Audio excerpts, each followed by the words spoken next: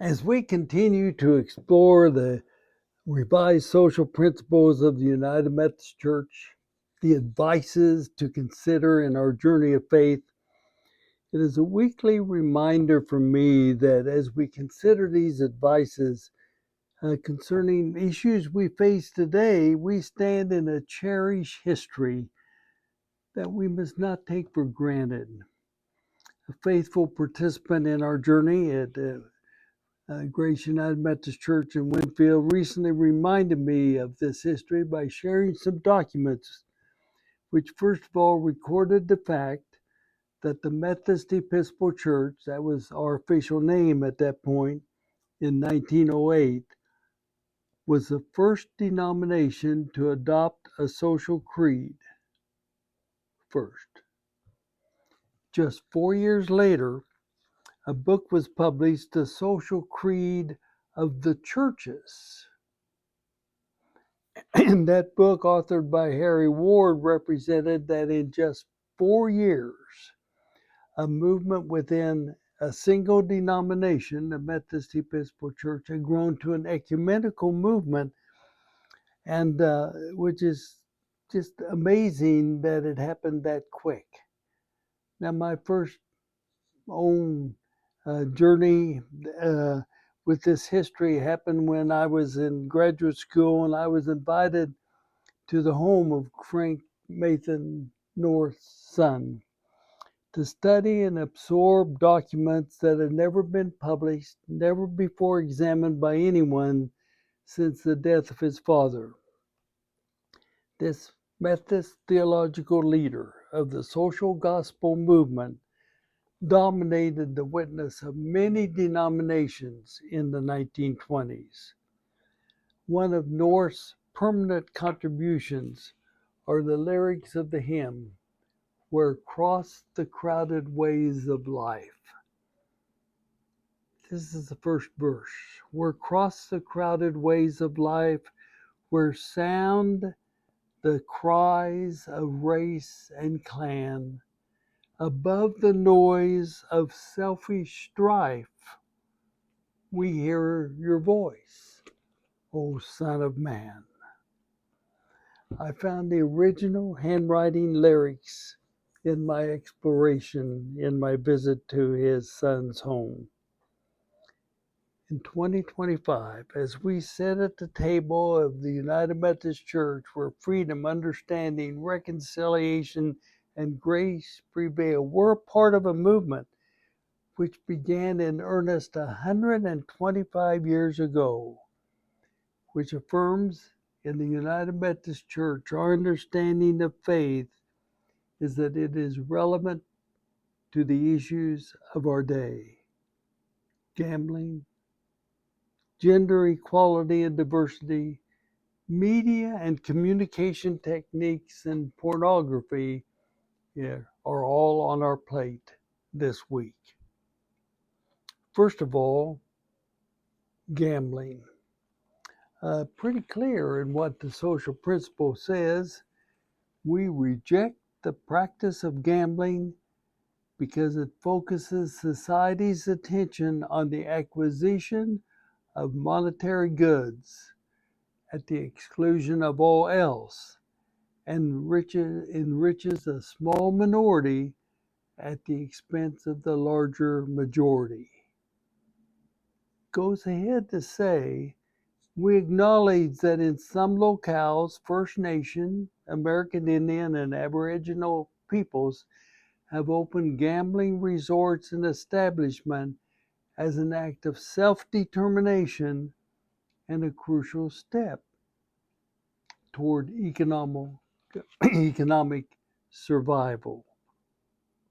Well, in my lifetime, in the lifetime of many of you who are listening, gambling has moved from the hidden locked rooms of clubs in most communities to be publicly affirmed by statutes of law and a common weekly practice of millions of citizens. The advice of the social principles is clear. we reject this as either a form of entertainment or a form of an attempt at economic gain. Now, the principles are also clear, and my indigenous friends have been a part of sometimes reluctantly choosing gambling as a path to resources which have enabled them to have exercised self-determination in terms of their future. For instance, one of the tribes exclusively used the earnings of gambling to build their own medical center. A great medical center exists today as a consequence of gambling. That doesn't say that the church approves that, but they recognize those conflict of values that groups often meet as they deal with the social issues of the day. In the case of the indigenous Indians that I know, it's a tough choice between self-determination of a tribe and participating in the gaming industry. Tough choices have to be made.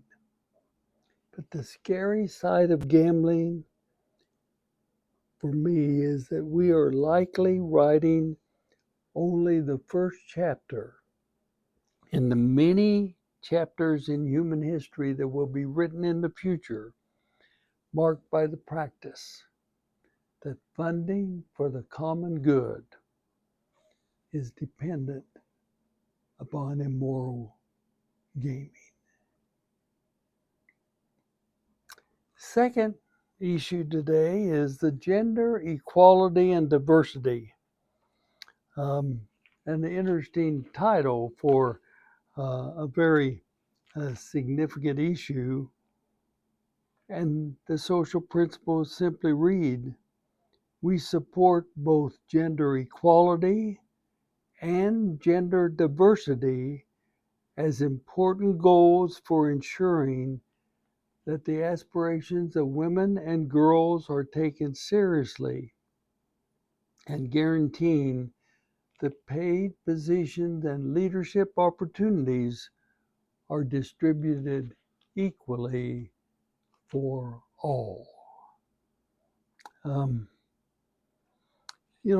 Methodists in our history have been on the leading edge of confronting gender inequality and lack of diversity. Evidence of this leadership that our denomination has provided is the women's suffrage movement 100 years ago, the right to vote, led by many Methodists of the day. Ordination of women, prior to ordination of women in most Protestant communities. Election of women as bishops, unusual. Equal pay for equal work, etc., etc., etc. This continues today in the United States and is now seen in Africa, where, for example, one of the first female presidents of any nation in Africa was in Liberia, and who was elected but a woman as a United Methodist laywoman in that country. Excuse me. The advice of the United Methodist Church is clear. We have only begun and must never retreat from this leadership role.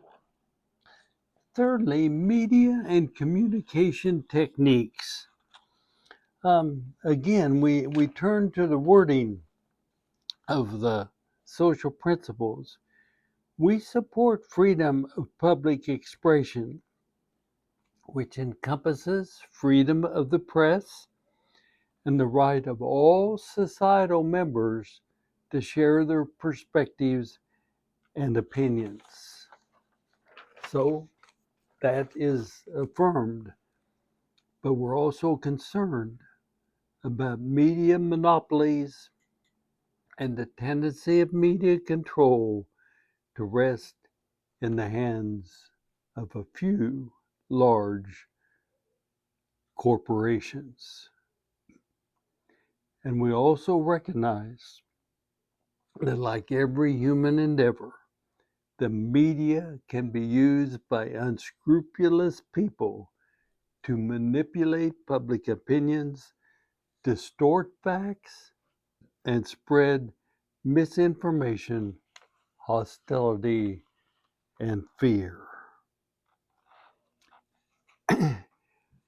I doubt if any issue affects our lives daily any more than this one, because communication techniques foster hate as much as respect, and falsehoods as much as facts.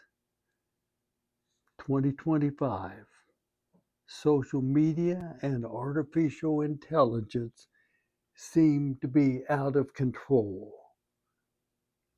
And to expect those who gain power and wealth to govern themselves to have less power and less wealth is seemingly improbable, if not impossible. People of faith are encouraged to urge all regulatory and governmental entities to stand on the side of the common good. The foundation of the common good is respect rather than hate, and facts rather than falsehoods. Finally, pornography. Pornography is addressed in this way in the principle: we strongly oppose pornography and lament its destructive impact upon cultures, families, and individuals. Pornography is an affront to our deeply held conviction that human sexuality is a precious gift from God. Unbridled communication techniques have enhanced the global distribution and availability of demeaning and abusive portrayal of sexuality. The invasion of pornography into homes and the lives of children result in both temporary and permanent abuses, which remove sexuality from a beautiful and fulfilling component of human existence. And the church stands fast against this widespread attack on human dignity and human worth. What a scope of issues we've covered today. But the amazing characteristic of these four social issues is that they represent undermining of relationships between individuals and groups. Faith is anchored in relationships between the divine and human, and within the human community. Therefore, these issues, which undermine the beauty of human relationships, they are the business of the church.